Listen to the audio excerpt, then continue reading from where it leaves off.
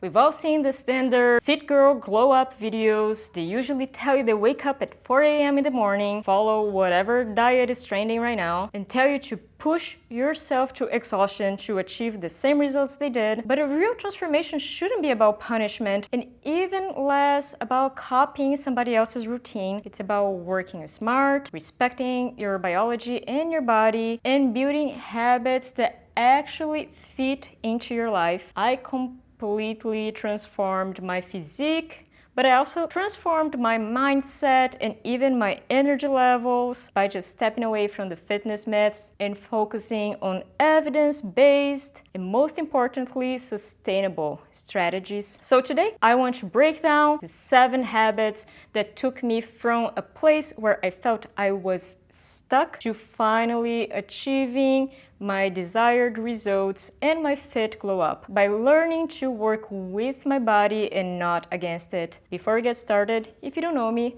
hi, I'm Eleni, IFBB Bikini Pro and soon to be fitness coach. Let's dive right in. Habit number 1 changed the way I look at nutrition and my relationship with food. I stopped chasing trending diets and started listening to my body instead. As you probably already know, in the fitness world, there's always a new diet, a new trending diet. But if a diet causes you inflammation or messes with your energy levels or just simply doesn't agree with your body, then it doesn't matter how popular it is or how many people claim to work best on that diet. For me, it was really hard to block out all the noise and focus on what works for me instead and understand what my body actually thrives on. But when you match the evidence-based nutrition with what agrees with your body, that's really going to be a game changer for your recovery. And that's what I experienced not only with my recovery, but also with my skin and other health-related factors. I talked about my skin here many times in the past, how most of my life, quite literally, I suffered with cystic acne and no doctors, nobody knew what to do until I started following a diet that agrees with my body, which to me is a plant-based diet. That's when my skin finally cleared up in my late 20s and I saw that natural glow up happening. Habit number 2 is a huge mindset shift, which is working smart instead of hard. For a long time, I thought that the most effort I put into things, the more reward I was going to get. So the more time I spent at the gym, the hardest the workouts, and if I didn't leave the gym completely destroyed and was constantly sore, then I didn't feel like I was doing enough. Let me tell you that constant exhaustion should not be a badge of honor. It's instead a fast track to burnout. And I tell you that from experience. At some point, I started being more intentional with my workouts instead of just chasing exhaustion. I started focusing on a routine that better agreed with my lifestyle, with my schedule, and also with my biology, and respected the amount of rest and recovery my body needed. I also started focusing more on progressive overload, where I'm progressively increasing weights or reps or just adjusting the form over time to make the exercises more challenging and to keep building muscle. Let me tell you that just focusing on those high quality sets made a huge difference for my results. Habit number 3 is learning the art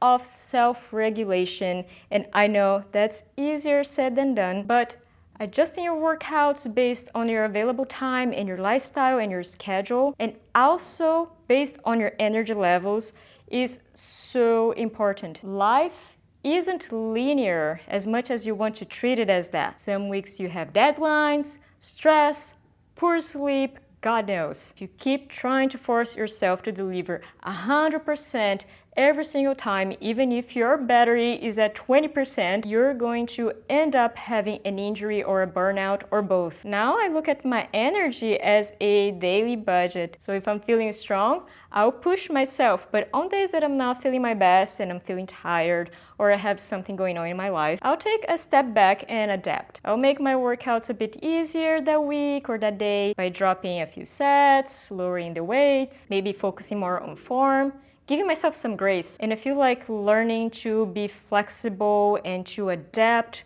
according to your life circumstances is what will ensure your consistency, and consistency is the most important factor to any type of results, and it will prevent you from quitting when things get too hard. Habit 4 is treating recovery as the most important supplement. You don't build muscle when you're working out, you damage your muscles when you're working out. You build muscle when you're resting and sleeping, when your body is repairing itself. So I stopped treating rest days like lazy days and started treating it as part of my training protocol instead, and started making more space for rest and high quality sleep. That should help manage your stress hormones and also cravings. And you should also be able to lift heavier next time you step into the gym, just for giving yourself enough recovery and rest. Habit 5 is a mindset shift, which is treating data like data, not drama. The scale will fluctuate constantly due to water retention, hormones, digestion. I used to be very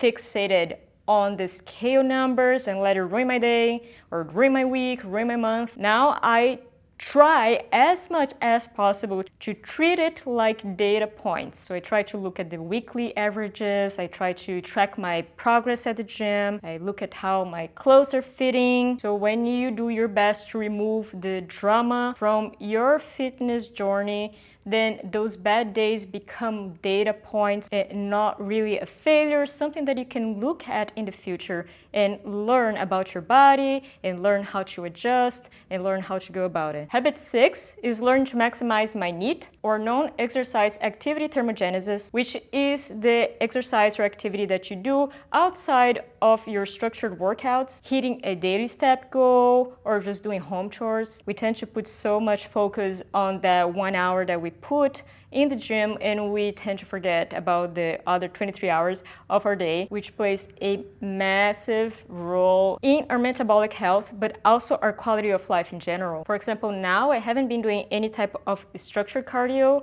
I just walk my dog once or twice a day, and I do home chore activities. Approaching activity this way really helps with our cortisol levels and our energy levels. I remember there was one prep where I was so focused on doing a structured cardio that I had no energy left for those NEAT activities. So my house was a mess, everything was falling apart, and I wasn't even getting the results I wanted because I was getting so stressed out seeing that my cortisol levels were likely very high. So now I understand that any form of activity is valid, and I try to see that as part of my training protocol. And last but not least, habit number 7 is building systems that don't make you have to rely on willpower. I hear a lot of people saying, I wish I had the willpower that you had, or things like that. But the truth is that willpower is a limited resource for all of us, and will very much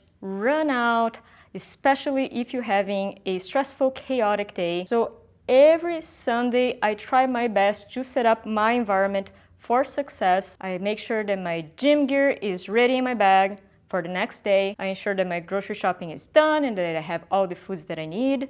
I meal prep for the week, and I have a set schedule for when I'm going to the gym, and I'll adapt if I have to, but I like to have more or less a routine so I know when I'm going to the gym, and I treat it as if it was work. I treat it as a non-negotiable. When you design this environment where making the smart choice is also the easiest choice, you're setting yourself up for success. And that will help a lot with consistency. Consistency will then become automatic. Listen, a real glow up is not about running yourself to the ground, to exhaustion, and follow an extremely restrictive, trending routine, but it's about building a smart and, most importantly, customized system that fits into your lifestyle and agrees with your biology, your body. If you're trying to make some change, I suggest you pick one good habit to apply this week and focus on mastering, let it compound. If you want more science-based, realistic lifestyle fitness tips, hit the subscribe button and give this video a thumbs up, and let me know here in the comments if any of these habits have resonated with you. And thank you for watching. See you next week.